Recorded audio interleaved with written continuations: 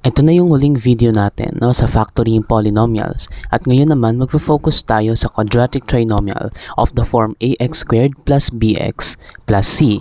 Itong a na to, no, itong b at saka itong c, ito yung mga coefficients natin, no, and this one is the constant term. Constant term. Itong a at saka b, ito yung mga numerical coefficients natin. Specifically, ang tawag natin dito sa a ay yung leading coefficient. Tapos yung b naman, ang tawag natin ay linear coefficient. So titingnan natin yung method na ginagawa natin by grouping kung paano natin pina-factor out itong gantong klaseng mga quadratic trinomials. Ayan. So paano ba natin pina-factor itong ax squared plus bx plus c form? Number 1, you find two numbers. Sabihin natin m and n yung pangalan ng numbers na yon with a product equal to ac and with a sum equal to b. Anong ibig sabihin? Ibig sabihin, i-multiply daw natin to and you will get AC. Dapat yung kukunin nating numbers m and n ay dapat equal dito sa AC. At the same time, itong m at n, kapag pinag-plus daw natin siya, ang makukuha natin ay b. Okay? Next, write ax squared plus bx plus c equal to ax squared plus mx plus nx plus c. No? Ito, i-break lang natin tong bx into mx and nx. Possible yan kasi nga yung sum ng m and n is equal to b. Okay? And then, factor using the greatest common monomial factor. Alright? So, mamaya, papakita ko kung paano natin ito ginagawa. Ayan. Example, meron tayong 2x squared plus 13x plus 15. And then we also have 3x squared minus 13x plus 12. So dito sa first problem, ang gagawin natin, papakita ko yung mga steps no, na nandun sa slides. And then itong number 2, isosolve natin siya. Alright? So start tayo with the first problem, 2x squared plus 13x plus 15. Ang step number 1 natin, ito na yung table, no? Pero don't worry, magsosolve tayo. Gagamitin natin itong table na to mamaya. So ito yung factors of 30. Sir, saan nakuha yung 30? Again, kailangan i-multiply mo tong a and c. Ito yung a, ito yung b, ito yung c. So 2 times 15 will give you 30. Okay? And then, kunin mo tong nasa gitna, 13. Okay? 13 yung ilalagay natin dito sa second column. Now, ano yung hahanapin natin? Hahanapin natin yung dalawang number na kapag minultiply mo, 30 yung makukuha. Tapos kapag pinag-plus mo, 13 yung makukuha. Okay? Pwede kayong magsimula dito, no? 1 times 30, tama naman, 30. Pero pag in-add mo sila, you will get 31. Okay? 2 times 15 is 30. Pero pag in-add mo, you will get 17. So, hindi pwede to. Hindi rin pwede to. And then, try natin 3 times 10. 3 times 10 is 30. And then, kapag in-add mo, you will get 13. Ito yung gusto natin. Okay? Bakit 13? Kasi, ito yung value ng b. Alright? Ito yung tinutukoy kanina na m and n. This is m. This is n. Alright? Or kahit alin dyan sa dalawa, 3 and 10, yung m and n. Alright? So now, nakita na natin yung dalawang numbers, m and n. Sisirain na natin itong 13. Okay? Paghihiwalayan natin yan, gagawin nating 3x plus 10x. Alright? And then, proceed tayo sa next step. So, ito yung next step natin, no? Instead of 13x, sinulat ko siya as 3x plus 10. Ito, hindi binago. Ito, hindi binago. Alright? Now, the next step is i-group mo sila. Ano yung grouping na sinasabi natin? It's either itong dalawa ang pagsamahin mo and itong dalawa or itong dalawa and itong dalawa. Ano yung purpose ng grouping? Ang purpose ng grouping is magtanggal tayo ng greatest common factor. Okay? So, ito yung next natin, no? Ayan, ginroup natin sila. Pinagsama ko si 2x squared and 3x. And then, pinagsama ko si 10x plus 15. Now, paano natin malalaman kung alin yung i-group? Ito, sanayan lang, no? Pero, may makikita nyo kasi yan sa problem, kung alin yung dapat ipag-group. Kasi, alam natin yung goal natin. Okay? Kapag alam nyo yung goal, malalaman nyo kung aling mga terms yung dapat ipag-group dito. Alright, ano ba yung goal natin? Ang goal natin, kapag nagtanggal ako ng greatest common factor, ang matitirang factors ay parehas, 2x plus 3. Okay? Now, ano yung GCF? Ano yung GCF nito? Ang GCF nito ay x. Kaya, tinake out ko siya. Ano naman yung GCF nitong isa? Ang GCF naman nitong isa ay 5. Kaya, tinake out natin siya. Alright? Now, kapag ginawa natin yon, ang matitirang factors dun sa loob, 2x plus 3. Dun sa isa, 2x plus 3 din. Yan yung goal natin. Okay? Now, kapag ganyan yung nangyari, ibig sabihin tama yung ginagawa ninyo. After that, pagsasamahin nyo to. Alright? Such that you will have x plus 5 multiplied by 2x plus 3. Okay? If you still remember no, dun sa mga factoring natin ng greatest common factor, may mga ganito tayong itsura. Okay? And ganito yung ginagawa natin. Pagsasamahin lang natin si x plus 5 and then multiplied by 2x plus 3. Kasi yung 2x plus 3 ay factor ng parehas na to. Alright? So that is the answer. 2x plus 3 times the quantity x plus 5. Try naman natin tong problem na to. You have 3x squared minus 13x plus 12. So ano nga yung una natin kailangan gawin? Kailangan natin gumawa ng table, 2-column table. Okay? Yung first column natin contains the product of A and C. Okay? Yung A natin ay 3, yung C natin ay 12. So 3 times 12 is 36. And then at the middle, ilalagay natin yung value ng B. Ang value ng B natin is negative 13. Okay? Huwag nyo kakalimutan yung negative. Kung negative yan, gawin yung negative. Kung positive, gawin natin yung positive. Okay? Now, so, ang hahanapin natin dito ay yung mga numbers. Kapag minultiply mo, you will get 36. Kapag inadd mo, you will get negative 13. Try natin yung 1 and 36. 1 times 36 is 36. Pero pag inadd mo, positive yung makukuha mo. So, anong ibig sabihin yan? Ibig sabihin, dapat pareha silang negative. Okay? Negative 1 times negative 36 is positive 36. And if you add them, you'll get negative 37. Hindi pwedeng isa lang yung negative. Kung isa lang yung negative, magiging negative to.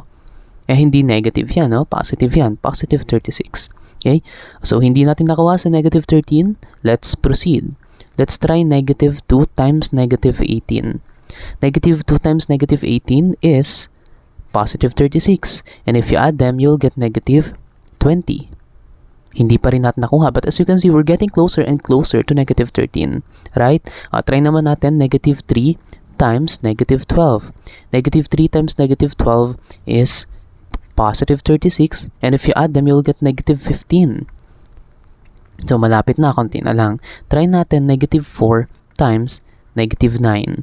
Negative 4 times negative 9 is positive 36. And if you add them, you'll get negative 13. Yan, nakuha natin yung dalawang number. Ito yung kaninang m and n. Okay? Or pwede magkabaliktad, no? No problem with that. Okay? So again, ang m and n natin ay negative 4 and negative 9. So sulat ko lang dito. You have 3x squared. Copy ko lang. 13x plus 12. And then, isusulat natin siya as 3x squared minus 4x minus 9x plus 12. Anong ginawa ko? Instead of negative 13, ang sinulat ko, negative 4x minus 9x. Okay? So now, grouping natin. Pwede kong i-group ito, tapos i-group ito, and let's see kung ano mangyayari. Okay? So you have 3x squared minus 4x. And then here, paano natin ito i-group? Kanina okay lang, madali lang mag-group kasi positive naman. Kapag ganyan, ang suggestion ko is that i-reverse nyo yung mga signs nila. Okay? So here, you have 9x minus 12. And then, lagyan nyo ng minus sign dito. So, ano nangyari dito? As you can see, no, palitan ko lang ng color. Kapag distribute natin yung negative inside, you will get the negative. And here, negative times negative, you will get the positive. Okay? Mas magiging madali kasi yan. Bakit? Kasi as you can see here, this is positive, negative. Ganon din dito. Positive, negative. Anong importance niyan? Para mas makita nyo kung talagang magkamukha sila. Okay? Magkamukha yung mga factors natin. So now, mag-take tayo ng common factor. Focus muna kayo dito. Ano kaya yung GCF nito? Numerical, wala naman. Meron variable. And that variable is x. Okay? So now, if you divide this by x, you will get 3x. If you divide this by x, you will get negative 4. Here, ano kaya yung GCF nila? Ang GCF nila ay 3 kasi pareha silang divisible by 3. Okay, so tanggalin natin si 3. And then, 9x divided by 3 is 3x. Negative 12 divided by 3 is negative 4. Ayan, as you can see, parehas na sila. 3x minus 4. Okay, so ang answer natin ay, copy nyo to, x minus 3. And then, i-copy nyo si 3x minus 4. That is the answer. Okay, so again, the answer is the quantity x minus 3 times the quantity 3x minus 4. Paano nyo malalaman kung tama yung sagot? Tama yung sagot natin kapag nag-FOIL method tayo. Alright, so that is the answer. Tingnan natin. Okay, ito yung mga numbers. And then there are x minus 3 times 3x minus 4. O, paano naman kapag may GCF, di ba? Gaya ng ginagawa natin kanina, pwedeng may GCF muna na tatanggalin natin. Alright? Gaya ng ginawa natin sa difference of 2 squares, sum and difference of 2 cubes, and then yung mga perfect square trinomial. Ganon din yung gagawin natin dito. So, simula tayo dito no, sa 6x squared plus 7x plus 30. Ipapakita ko muna yung mga steps na nandito sa slides, and then later, isa-solve naman natin siya. So, you're given 6x squared plus 27x plus 30. Now, tingnan natin kung merong factor na pwedeng tanggalin, no? So, hanapin natin yung mga factors ng 6, factors ng 27, and factors ng 30. Alin yung common, tatanggalin natin. Alright? So, yan yung step 1. Find and factor out the greatest common factor. Ang GCF natin dito ay 3. Okay? And if you take 3 out of all the terms, ibig sabihin nun, if you divide all of them by 3, you will get 6x squared divided by 3x divided by 3 is 2x squared. 27x divided by 3 is 9x. And then 30 divided by 3 is 9. Okay? Now, anong gagawin natin dito sa 3 na to? Diyan nyo lang yan. Huwag nyong papakalman yan. Alright? So now, step number 2, gawin natin yung steps 1 to 3 na ginawa natin kanina.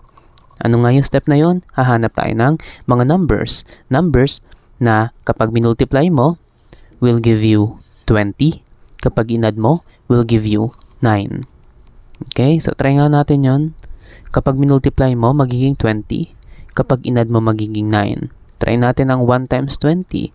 1 times 20 is 20. 1 plus 20 is 21. Try naman natin ang 2 times 10. 2 times 10 is 20. And 2 plus 10 is 12. Try naman natin ang 4 and 5.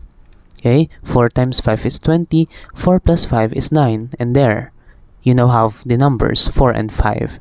Okay, so now, tingnan natin, ayan, ito yung mga numbers natin, 4 and 5. Okay, nakita na natin yung numbers, anong gagawin natin? Paghihiwalayan natin si, or ibibreak natin si 9x, gagawin natin siyang 4x plus 5x, and then grouping tayo. Ang ginroup natin dito, 2x squared and 4x, and then 5x plus 10. Okay? Minsan, masasanay din kayo no, kung alin yung i-group ninyo. Minsan, kailangan nyo ulitin para makita nyo kung tama ba yung ginroup ninyo. Okay? Kung nagkamali kayo dun sa first grouping, try nyo yung another grouping. Okay?